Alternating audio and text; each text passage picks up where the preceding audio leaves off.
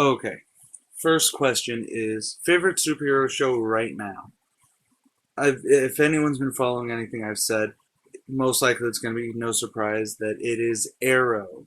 The CW has actually come a long way since its days of 90210 remakes and 90210. Agents of Shield, long rant there, so not going to jump into that. Maybe next vid. But so yeah, Arrow. Hulk Agents of Smash, haven't seen yet. I haven't seen anything on Avengers Assemble, so that's going to be a thing later on. But, yeah. So, Stephen Amell, Paul Blackthorne, everyone else. God, why can't I ever remember Diggle's name? I think it's David Ramsey. Ah. Anyways, okay. Next question. Most underrated comic writer. Originally, I was going to go with Devin Grayson, because as much as I really loved her work on Nightwing and Catwoman, and even the Black Widow shit she did with Marvel, no one really talks about her. It's always, oh, who's your favorite female writer? Oh, it has to be Gail Simone. But no, I'm not saying all Gail Simone fans sound like that. I am a fan of Gail Simone and Amanda Conner and a lot of other women, but just something about Devin Grayson's writing that I really did. However, since she still isn't technically as underrated as she could be, I'm going to have to go with the Luna brothers. They wrote Girls, Ultra, and The Sword for Image. And, well, look them up.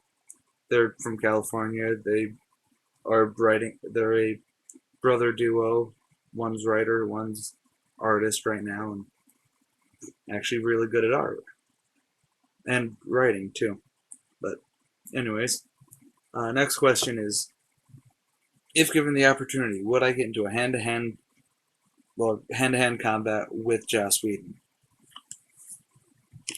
Short answer is yes, yes I would. Long answer is I would if there was an actual outcome. I mean, I'm not just gonna walk down the street, punch him in the back of the head, and you sir, I'm not gonna do that.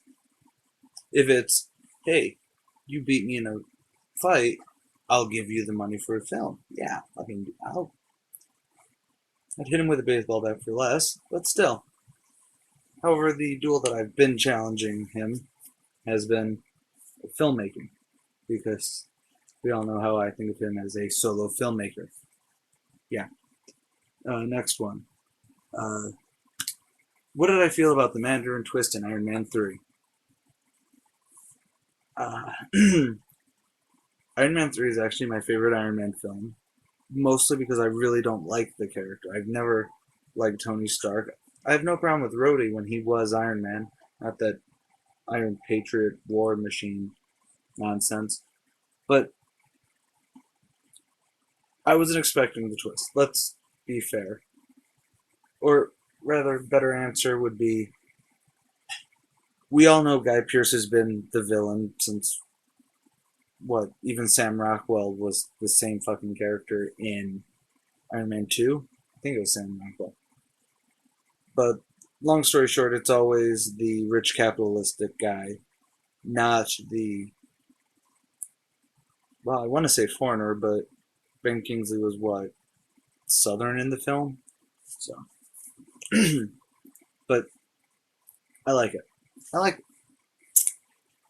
I as much as a purist for comics that I am, I also like when they surprise me. It's like the Walking Dead TV show is so different than the Walking Dead comics that it's really, really a fun to watch.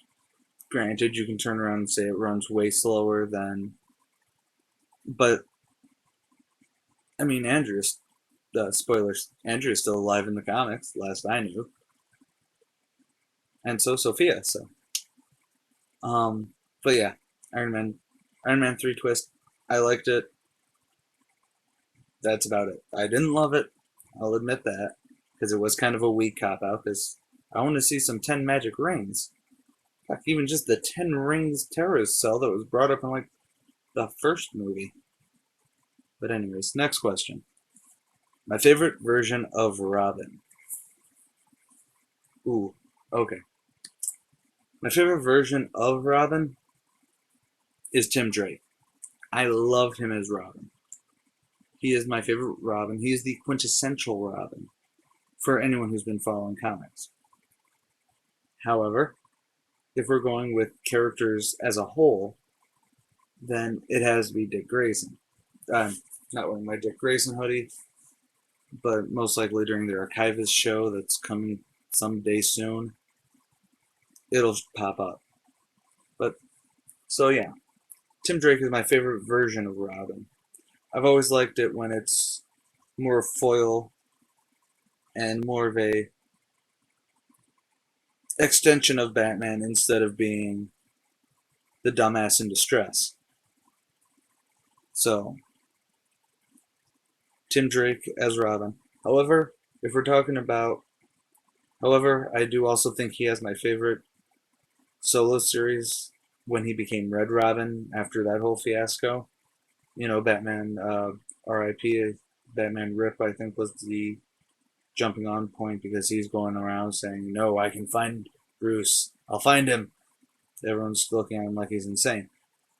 But yeah, that actually had a great that graduated him so well.